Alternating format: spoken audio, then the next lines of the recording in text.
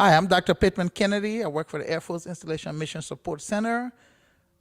I'm the Chief Innovation Manager, and I'm also the owner and CEO of Sweat Equity International, where we do holistic development for youth in the areas of character, academic, athletics. Holistic development is designed to help our young people get better. Also, the thing that I love doing the best is being a transformative leader, a change agent, making a difference in the world around me.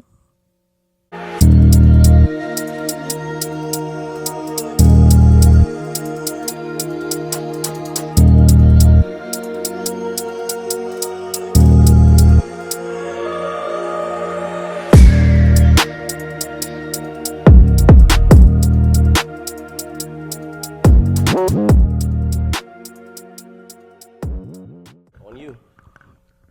Good afternoon, everyone. It's a great day today. The weather is beautiful. We are here in San Antonio, Texas. We are chopping it up. Sweat Equity and Super Sports Media. Thank you. How you doing today? Fantastic, man. You had a great weekend, I see. Always. Yes, you do. Yes, you do. And it goes to show that even when on bad weekends, you always come out somehow with just positivity. And Energy. You are. Enthusiasm. You are. You don't let things get you down. No. And I know I be one of those things that be trying to go at you and just I be a thorn in his side sometimes. But I'm not gonna lie to you. On a serious note, we had a great weekend, and then just chopping it up with you and seeing how you welcome me and just the fellowship we have together, man. It's just great. Great space for both of us. Yeah, I love it. Great space for both of us. So what we talking about this weekend? And I apologize real quick for the first episode, man. My mic was messed up, so we're gonna get this one correct and rock and roll. So we didn't publish the first one, so we just can rerun it. Let's rerun it. Let's talk. Well, I know one of the things that I want to talk about, and it's just a positive and just how y'all look at life as a leader, and the new things that we both are trying to handle, and roads we're both trying to go in the new direction. You just won't get into it like that? Yeah, I like that. That's how I do it, man. We got to build up to that. No, man. I like to know what great things you have going on that you got rewarded with from your positive attitude and your great outlook on life, to where as though that's contagious. Yeah, man. That's your promotion. So you just got to be grateful and humble. And I was speaking to a gentleman this afternoon just before I left work, and he saw me. He a professional guy, one of our partners, our industry partners, and we were having a conversation about an event that we are hosting this week down in Florida. And in the midst of the conversation, he sent me a picture of my book, and then he asked me, "Is this you?" Right. And I was like, wow, you saw that? And he had pulled it from, I guess, Amazon. But it humbled me. I was in the moment, and just kind of so much came to my mind at that moment. And it always reminds you to appreciate the moment, but also reflect on the journey and then humble yourself. But in that humility, you got to remain hungry, because there's so much more that lies ahead. And it takes great focus, determination, resilience to pursue it. And that's why I think it's important to have that circle of family and friends that support you and makes sure that you continue to go forward. Yeah. So, excuse me, if I would be a bad friend, brother, if I allow you to just get where you at and just let you stay there. And when you bring to my attention that, hey, I want more, I just say, no, you're good. You don't want any more. Stay where you at. You know what I'm saying? But instead, I'm trying to help you catapult yourself to get more. You always. More. If you are not being challenged, then you got to ask yourself that, what's your purpose? You got to be challenged every day. The environment around you must challenge you. All right. And if you are surrounded by people that are just, not challenging you, not bringing the very best out of you, then you need to change that circle, because growth only comes when you are challenged. And growth is painful and uncomfortable, but it's in that uncomfortable state that you grow and develop and get from one level to another. So I love this space. I love what I'm doing. I love the opportunity to flatten myself throughout every day, give it my very best every day. When I lay down at night, I'm like totally exhausted because I know I haven't left anything out on the table. I've given it all that day. But that's a good exhaustion, first of all, because we all need that. We all need stress in our life. Yeah. We need a certain sense of stress to have to make sure we can feel accomplished. And then also, what one thing I don't know if you do this on purpose or this is just something, your military is bringing out of you. There's three things that I know you do for me and you do for the group, and I try my best to pass that on. You provide direction, motivation, and with those two things real quick, and the direction and motivation, and then of course, you being a leader, those two things are what I try to make sure I try to leave out there. And you've been doing it to me by challenging me to when things don't go right, you don't just, oh, okay, it's okay, buddy. You're my friend, so you're my brother. Don't worry about it. You use words like, hey, that's very unprofessional. No, you laugh about it, but and I want to bring this up because this is important for the audience, right? Is sometimes you have people in your circle that push you and challenge you, and you get offended. So when you get offended, you take it as such as, oh, you're trying to challenge me and belittle me. No, you're using key words that's going to spark me to say, hold on, whoa, am I being unprofessional? No, I'm not being unprofessional. But at the same time, you got to look deeper and break it down and say, oh, I am. Because the proper thing to do if it was somebody else, they have their schedule set up and all those things. So I just want to appreciate that and let you know that, hey, I'm catching on. I'm watching you. I'm catching the notes that you're sending me because, again, that's the direction and purpose that you got to provide. And you're doing a great job. Yeah. So continue to do that because that makes me do the same thing to my guys. Yeah, so I don't want to paint a picture like I'm so without flaws or limitations or... Oh, don't worry. I can let the audience know that. I have my shortcomings. You do. Enough of them. And we all do because by virtue of our existence, we always got to keep getting better. We never arrive at that perfected state. That being said, right? There's some fundamental laws. There's some numbers that have stood the test of time. All right. If you have 500 people leave the gates and aspire to greatness over 20, 30, or 40 years, is 5% is going to make the grade between success and not being successful. The numbers have stood the test of time. All right. So if you have 100 people, 5% make the grade. So you got to decide, are you going to be a part of that 5% or you're going to be a part of the lower 95? 5%. So how do you qualify for 5%? One of the things you have to listen to and listen for is feedback, effective feedback that's going to call you to order.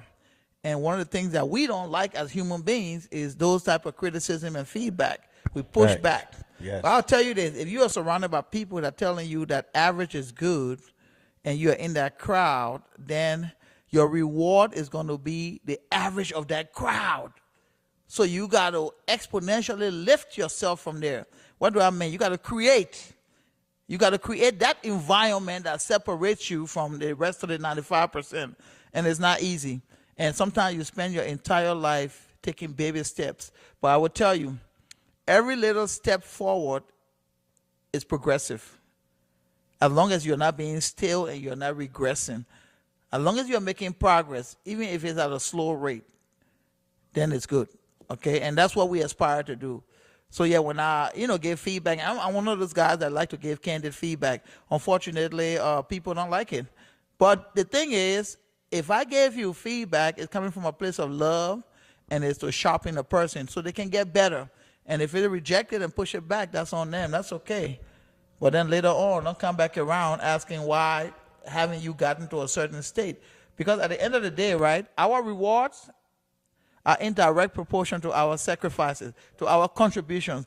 So if we don't like the state that we are in, guess what? We got to double up on what we are doing. We have to increase our service. We got to expand our capacity in order for us to move from one level to another.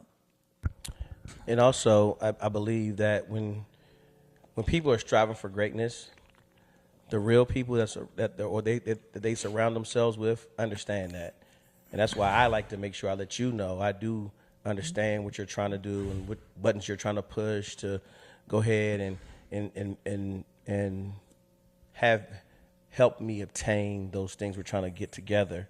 So those things, when we get together, the fruits are just so good. Yes. Versus you're the only one getting there, and you get there, and then it's like I'm still down here, and it's like you're giving it to me. Versus if we try to obtain it together, or even build you up. Our job is to build each other up. In those areas that we are weak in, we try to strengthen one another.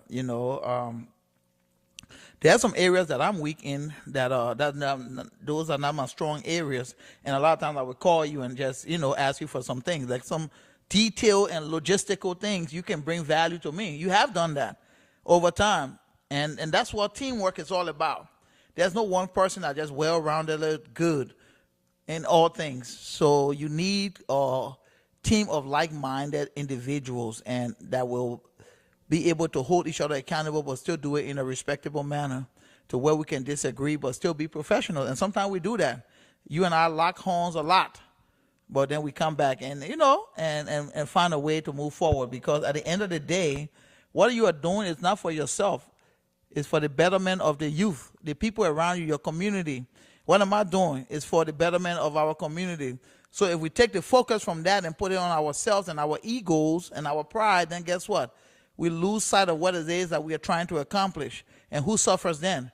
The beneficiaries of our services.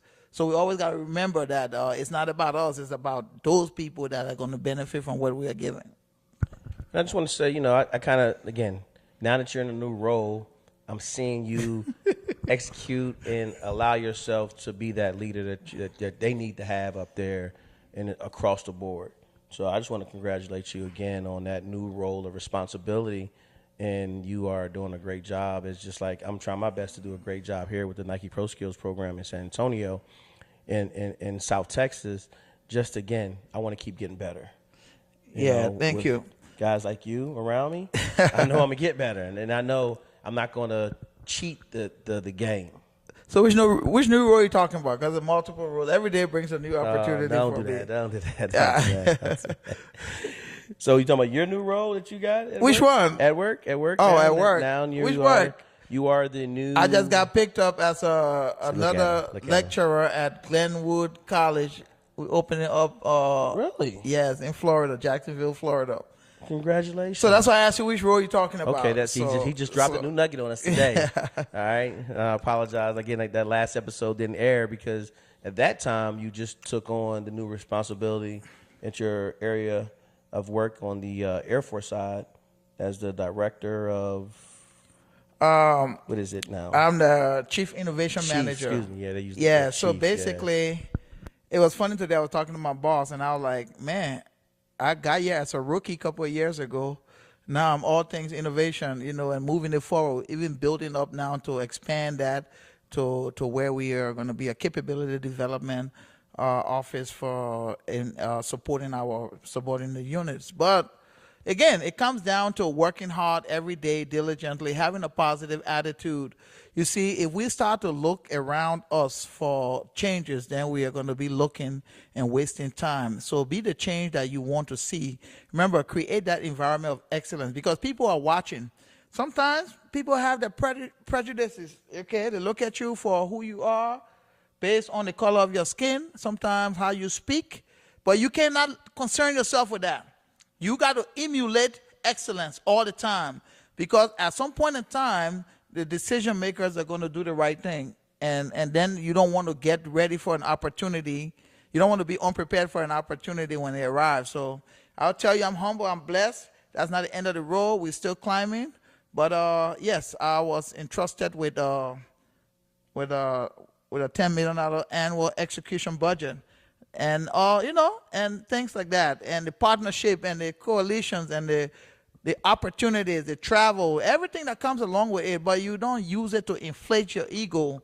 You use it to reflect on the goodness of God, the grace of God, and also the people around you. Those people that have supported you. Some have come, some have gone, everybody had a role to play in your growth and your development, your journey. So you tell them thank you. The ones that challenged you, even the ones that hated on you, they're necessary. They're a good pill to have because they keep you focused, they keep you determined, and they keep you moving. So we keep it moving. We tell God thank you, we smell the roses, and we keep getting better. And that's why I had a discussion last week with someone in reference to that. And you mentioned those who made the pill a little bit hard to swallow. People like to look at them and then really, when they start to get some success in their life, you want to look down on them still. But you shouldn't. And the reason you should remember that person helped you get to your point. Even though they didn't do it consciously. Yeah. They didn't. They were probably trying to hate on you, but they helped keep you going. And I think that's what we talked about last week or 2 weeks ago about that positivity that you have to have regardless of what's going on. Yeah. You know, I was going to write a Facebook post today, and my post was going to say, is your glass half full or half empty? Okay. You know, what kind of person are you? Me? I'm a half full. I will not try my best not to look at anything negativity. I don't care how you want me to look at it. I'm going to look at the positive from it because I have something to grow from it. Absolutely. I have something to gain from it. That's right. And if I sit there and look at it and I just say, well, you know, woe is me and this, that, and the other, no. We can have discussions about it, and I can be a little disappointed at times, but I'm still going to grab the better outcome from that versus sit there and be disappointed or upset. Yes, you're absolutely right. Perspective is an impetus for progression. You know, how you perceive things will drive how you react to it. So if you perceive it as negative, your response and your reaction is going to be what? Negative. If it's positive, it's going to be positive. So it's important how you perceive things. So what does that mean? That means that when you are faced with a situation, don't be quick to judgment. Analyze. Look at it holistically because there can be some valuable outcomes that can come out of every problem. You got to realize every new innovation, all right, came out of what? A problem. There was a problem that gave birth to an innovation. Every new creation comes from a painful process. That's why a woman is pregnant and she goes through a painful birthing period, but then what comes after? A joyful bouncing baby that, you know, a new life. So Beautiful it's the life. same Beautiful concept. life. So basically it's about mind management, mindfulness, making sure that we make time. You know, I don't know if we got enough time for me to get into the whole morning routine, but, you know, I think those things are important that we start to develop our minds because our minds is the machine behind everything. It's the master muscle that we have, but it's the least utilized tool that we use. I don't think we challenge our mind enough, so we fall short. We live a life that's unfulfilled because our mind is programmed to get addicted to average. And we can't have that. We got to exceed average. We always got to exceed what the standard is. That's the only way we can realize the fulfillment of our lives. Real quick, you said you mentioned you can't get we don't have the time to get into the morning routine. What is a morning routine? The morning routine is the platform that each of us have that we should leverage to change our life. Okay, and I will pick on what I wrote this morning. It's where the morning routine is where comfort and character battles, and you decide who wins. Comfort tells you, man, lay down in the bed, it's warm in here, it's nice, cover, and go back to sleep for a couple of hours. Character said, no way. You got to wake up now. So when that alarm clock, I don't even know what to call an alarm clock. I haven't used an alarm clock in years. My passion wakes me up. So when I get up at 3 o'clock, right, and my mind is working for an entire hour from 3 to 4, everything is dark. There's no phones. There's no television. I don't even watch television. There's no phone. There's no television. There's no lights. Everything is pitch dark. It's my mind going to different levels. So you go through levels of limitations, all right? And you excel them. And you prepare yourself not just for today, but for your life. So while some people are looking at it as the dead of night, I'm looking at it as the beginning of my victory. So like I said to you during the last time, if I do that every day during the week, that's 5 days, and the next guy gets up at 6 o'clock, so I got 3 hours on him, 15 hours a week. 52 weeks in a year, that's 740 hours. Divide that by 24 hours in a day, that's 32 and a half days. There's no way I can be stopped, no matter what. So then, not only can I not be stopped, I become secured. And when we talk about security, what a lot of people think, job security. No. The only place security is found is where? Inside of you. When you sit at your dinner table with your family, if you are secured, your wife and your kids can tell from your conversations because you are secured. They can't fire security for any job because if you leave here and put you in Namibia, you're going to get back to the same level in a matter of months because your security is inside of you. Those things that made you who you are. And the way you build those things is by using the morning routine. Build a routine for yourself. You don't have to be crazy like me and get up at 3 o'clock. That's crazy for most people. But maybe 5 o'clock, maybe 4 o'clock. Maybe take 30 minutes off your sleep time. Make a sacrifice. Remember, our rewards are tied to our sacrifices. And you will soon find that your life will change. Indelibly. That is so true. That sacrifice creates consistency. Yep. And that's where you start to really see your growth from that consistency of anything you want to do and anything you want to get out of something. Like, you know, this weekend we had some great basketball played up there in Dallas. We was in a Prep Hoops event. Thank you again, Prep Hoops, for hosting us. A great job you guys did. But the overall, you can see what players are consistent in the gym. Mm-hmm. We talked about little Jason Vidari. Yeah. Great basketball player. Started off a little shaky in the beginning just because of the play was a little bit faster. So once he got his head right, boom. You can see he's a consistent player. He's always in the gym. He's always working on his craft, and you saw it. You saw it from, yes, he might be the smallest player, but we was playing against some really, really big players to where as though, 6'1", 6'2" guys trying to guard him. Couldn't. He's sliding them all around the court. And, again, at our last game, we played in our little championship game, we played a team called OWE. Yeah. Again, he was a player of the game for us. Yeah. Because, again, he handled his business. He showed that, hey, I can play next level basketball. Absolutely. He's a great young man. He loved the gym, has high character. So, one of the things that's a good segue into character. Character is everything for me.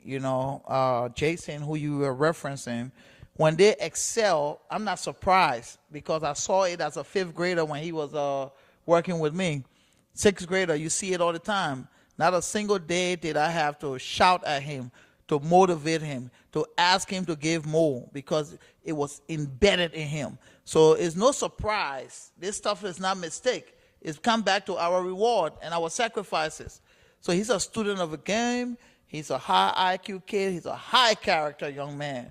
So success for him is defined already, and keep progressing. So, yeah, but character for me is everything because character is what's going to create opportunities for you. And characters, any aspect of life you apply character to is going to make or break you. His attitude and his character. Those things that you are going to do when you are faced with adversity. Who are you? Because adversity is going to reveal you. It really reveals you. So are you going to be a character person in adverse times? That's what you should be. Or are you going to be a character person only when everything is good? You got to understand that you got to exude character even when you don't get things your way. And that will propel you because you're always on stage. People are watching. And they are going to be making decisions on you, your career, your opportunities based on your character that you display. Also, with character to me, that's what people truly show themselves, like you said, in adversity, but also even when that humility time comes. Yeah. When they're supposed to be just sitting there, just, trying to be that better person or whatever, and you can really see the arrogance of a person and the person being very vain. And when you see those things, it's like, wow. But at the same time, in their mind, they might be thinking like, well, I'm a good person because I help so many kids or I do all these things. Yeah, but How do you help them? Yeah. How are you looking down on people, or are you looking down on people? How are you carrying yourself around those who are less fortunate than you and things like that? So yeah, that character piece is so important to, I guess, because maybe we spend some time in the military and we have to have that character. You had to. You can't go too far without it. So good point. Good point. So what's next for you in Liberia? Because I know a lot of stuff's going on over there. Yeah. So Liberia. Did we do the groundbreaking, or is coming up? Which one is it? It's coming up. Groundbreaking is in the fall. After, Liberia have 2 seasons, the rainy season and the dry season. So it starts to rain at about April, I believe, March, April. And then it goes all the way down to October, November. And we're talking about torrential rain, downpour that, And when you talk about third world countries where development is not optimal, you have excessive rain can cause all kinds of issues, everything from health issues to blockages and the passageways and, just severe obstacles for people to traverse the terrain. So building projects have to be timely. So we're going to go right after the rain season. We're going to start and we're going to scale it sooner, fast. And it's good. Timing is good because funding and everything needed to be allocated and get ready to be appropriated. But on the professional development side, the team is going hard on the ground. We just cleared, I think, 58 students tuition for the entire 24-25 years. So everybody's good. And I want to say thanks to my team on the ground for moving and shaking through every individual, because what happens is I have a team on the ground, and Michael and the rest of the team, they go to these schools and make sure that the students are taken care of, making sure that their finances are taken care of. So they've done a tremendous job to get 58 kids, clear throughout the year. It's not an easy task, because when the funding get there, they got to break the funding down, then they got to move it around and travel from one school to another. And, so great job on the team. I'll be there next month. I'll be speaking at the university down there for the professional development event. I'm looking forward to that. We're anticipating a huge crowd. The agricultural school, we'll be talking to them and inspiring them so they can understand that the wealth of the nation lies in the soil, and helping them to expand their capacities. Come back from that, and I'm doing a turn and burn. I don't know if I told you this. I'm heading back to East Africa, to Rwanda. That's part of part of the Project Management Institute. Matter of fact, Okay. I just got a call today. I may be doing a presentation there, so I'm looking forward to that. Okay. I just got a call from the PMI asking me to do if I was willing to do a presentation. So they're trying to deconflict some schedules. I may or may not be presenting, so I'm looking forward to that. And then, so I'll be in Rwanda. And then a colleague of mine may try to work something for Tanzania as well. So I'll be busy for the fall, but I'll be right back, and then getting ready for Liberia in December again. So. And you still find a way to train on Wednesdays and Thursdays for me. Tuesdays for another kid, Wednesdays for wow. you, Thursdays for you, Saturdays we're in the lab. Okay. And you want to know everything else? Hey, we man. got the job. We got 3 schools that I lecture at now. I'm waiting for the final confirmation from University of Texas, San Antonio. But I got an offer. You with them now too? I got my first interview. I'm waiting for the second one. I'm at Carolina University. That's my second year. Dissertation chair. Matter of fact, I got a person that's about to defend a proposal. I lecture global leadership and innovation there. And then I turned around and just got picked up at Glenwood College, as I said, in Florida, Jacksonville. Not only are they bringing me on as a doctoral lecturer, but they're bringing me on as a consultant first to help build a doctoral program. So I went for an interview as a lecturer, and she saw my credential and everything. She was like, "Oh, we need you to help build the program up." So we're working on that. That should start here later this month. And then the UTSA School of Business Management will bring me on to lecture leadership and management. So I'm all over in the different spaces, and I love it. It challenges me, but it makes me better. Yeah. Yeah, you like that kind of stuff. You matter of fact, you relish at the opportunities for this. So you created it, and now you have it. We got to run the entrepreneurship piece of that too. So there's a lot going. Look, you got 24 hours in the day. You got to maximize it. Hey, it's better than sitting around doing nothing, right? So yours is only 6 hours of sleep, probably, huh? Be honest with me. I get close to that. Yeah, 6 hours. Then you wake up. Most days I get 5, but I think 5 is enough. I don't need 6. You don't need 6? Okay. That's the military talk. Is machine talking. You know, they worked him hard, and they got him thinking I only need 5. He really needs 6 or 7. 6 to 8, really. You know that, right? Yeah. The brain needs 6 or 8. That's good stuff. So now we're talking. We talked pretty much the future. Yeah. We talked the now. Let's leave the audience with some words of wisdom to just kind of, hey, man, let's try to do this every 2 weeks or I think every 2 weeks is a great timing piece. Yeah. Because so much is going on for both of us. Let's give them a final thought and some words of wisdom. So I'm going to go back to the mind. I want to really send home this idea of using your mind. And the richest place on our earth is in the cemetery, in the grave. Because the graveyard holds talent that were never manifested, abilities that were never developed, skills that the individuals never knew they had, capabilities and abilities that just never went on to get an opportunity to flourish. Why? Because people are underutilizing their mind. So I will tell you something, right?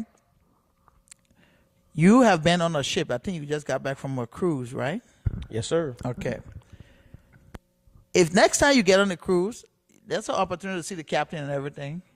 If you ask the captain where he's going, his next port, you think he's going to tell you? He's going to know where he's going?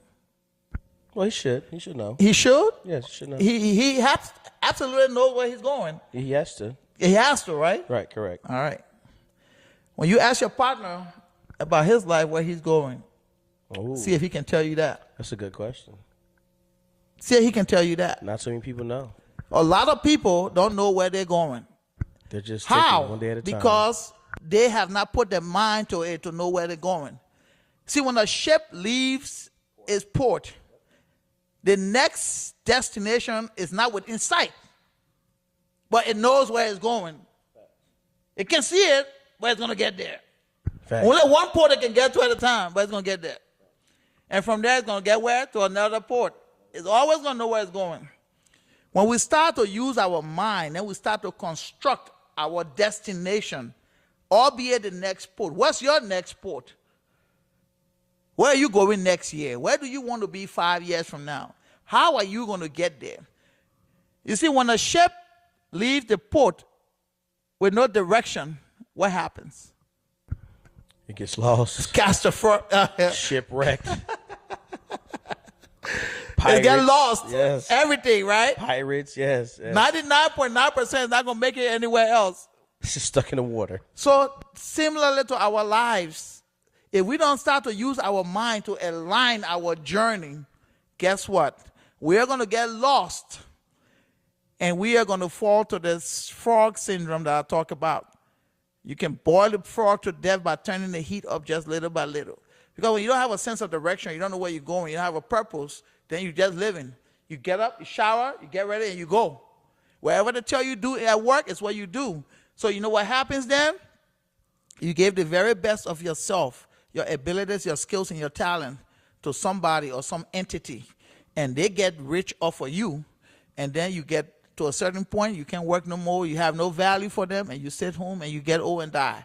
That's not life. Develop, expand. Nothing wrong with working, but while you are working for somebody else, work on yourself. Because the Bible tells you in Ecclesiastes 11, verse 6, let's say, go to work in the morning, and then in the evening, let not your hands be idle. Because for you don't know which one is going to bring you that wealth. Whether it's the morning job or the evening skill, your work, your gift, or both. So use your mind. Get your next destination.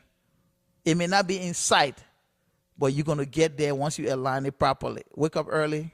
Join me, 3 a.m. I won't join you at 3, but I can join you at 5. Great points. Again, another great, powerful message sent, and I hope received. And again, thank you again. Always a pleasure, brother. And as always, I approve everything we're talking about. Yes, sir. Thank you. Great.